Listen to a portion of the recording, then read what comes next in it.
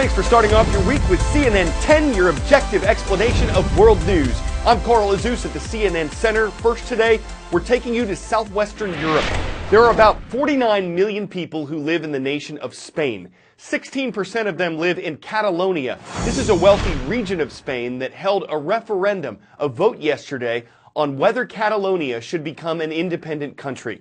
Catalonia has its own government, which determines much of the region's healthcare, education, and tax collection policies. But Catalonia also pays tax to Spain, and some of the politicians who want it to be independent say it's unfair for the tax money from wealthier regions like Catalonia to go toward funding other parts of Spain. But back in 1978, more than 90% of Catalan voters supported the Spanish Constitution, which mentioned the indissoluble unity of the Spanish nation. Only Spain's parliament can change that constitution, and the nation's government and Supreme Court have said it's illegal for Catalonia to hold a vote on independence. Spanish National Police raided some Catalan polling stations and fired rubber bullets in an effort to keep the vote from happening.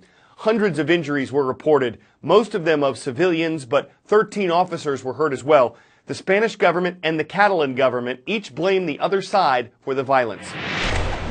First it was the students, then came the firemen, and finally the farmers. The last day of campaigning in Catalonia's independence referendum may have drawn to an end, but the tension on the streets is only building. The Spanish government has said Sunday's vote is illegal and must not go ahead. Barcelona's port has become a staging ground for Spanish police. Extra forces and police vans shipped in from across the country, all to try to block people from voting. The Spanish government has seized millions of ballots and campaign leaflets, arrested Catalan officials, and closed down political websites. It's a vote long campaigned for by separatists in Catalonia. The region in northeastern Spain already has limited autonomy from the central government in Madrid. It has its own flag, its own national anthem, and its own language. But still, many Catalans want more. They want full independence for their region, which is Spain's #1 tourist destination. Famous for Gaudi, the iconic Sagrada Familia. 10-second trivia. Chronic traumatic encephalopathy is a disease associated with what organ? The brain, the heart, the liver, or the skin?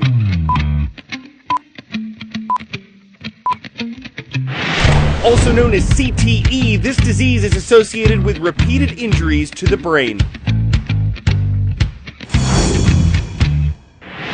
There's a lot of mystery surrounding CTE, and one of the biggest medical challenges of this disease is that doctors aren't able to diagnose it in anyone alive. They've had to examine the brains of dead people to confirm evidence of CTE. But that could change thanks to something called CCL11. It's a protein found in the body. It's associated with inflammation. And a new study published in the journal PLOS ONE found that brains previously diagnosed with CTE also had increased amounts of the CCL11 protein. If a link is confirmed between this protein and CTE, and if CCL11 can be detected in the blood, there's a chance it could establish an indication that someone has CTE before he or she dies. But researchers say it's too early to know if any of this is for sure, and even if a link is established, there's no known treatment for CTE. Lately, it's been difficult to talk about football without mentioning concussions. Why? Well, mounting concern over a disease called chronic traumatic encephalopathy, more commonly known as CTE. In the world of medicine, CTE is a relative newcomer. In football, we just learned about it 10 to 15 years ago. Here's what we can say. It's a progressive degenerative brain disease. It is like Alzheimer's. It can start with memory loss, mood swings, and difficulty in concentration, developing into progressive dementia, even possible thoughts of suicide. But unlike Alzheimer's, CTE can also result in significant aggression and lack of impulse control. The big difference, symptoms tend to begin much earlier in life, closer to your 40s instead of your 60s. In both diseases, there's no known cure. Researchers believe there's only one way to get CTE, and that is repeated hits to the head.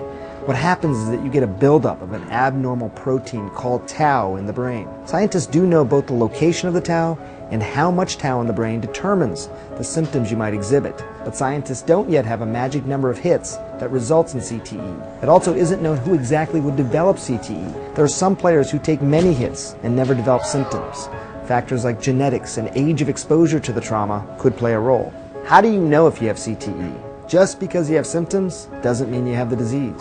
In fact, as things stand now, you can only be diagnosed for sure after death. Scientists are researching how to diagnose in living people. A prominent group of researchers have found over 90% of former NFL players have developed CTE. But remember something important here.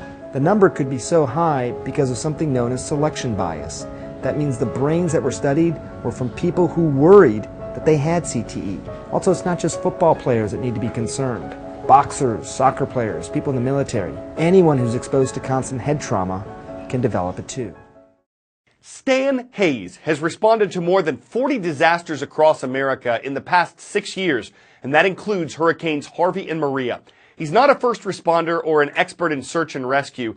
He's a grand champion pitmaster, an expert in barbecue. And with the help of 6,200 volunteers, Hayes' nonprofit organization, Operation Barbecue Relief, has provided almost 1.7 million meals for survivors and rescuers. All right, Joplin, Missouri, hit by a devastating tornado. May 2011, the Joplin tornado hit. It's about 2.5 hours from my house. I have been competing in barbecue for years, so we decided we were going to get a bunch of the barbecue family together and go down there and help. 120,000 meals were served in 11 days. We came to a realization that we've got an opportunity here to do something that could make a difference. All right, I'll talk to you.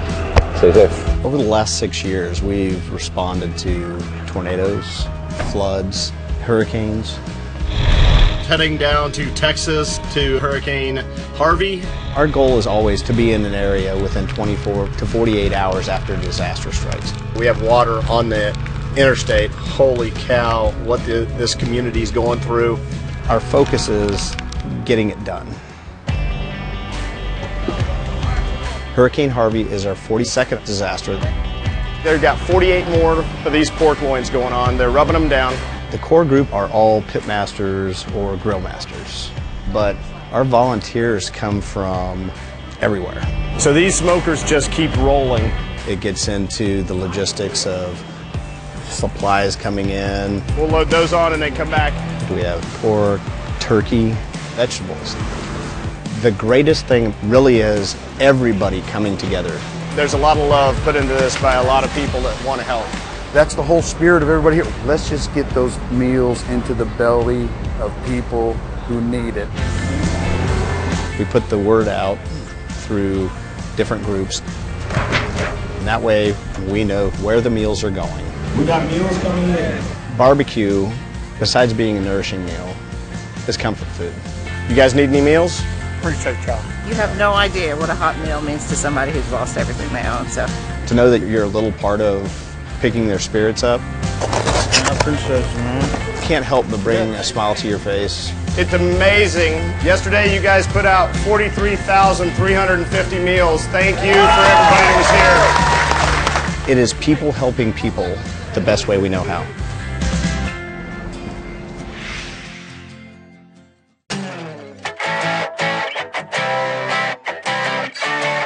It's one thing to call a cab. It's another to take a seat in one of these.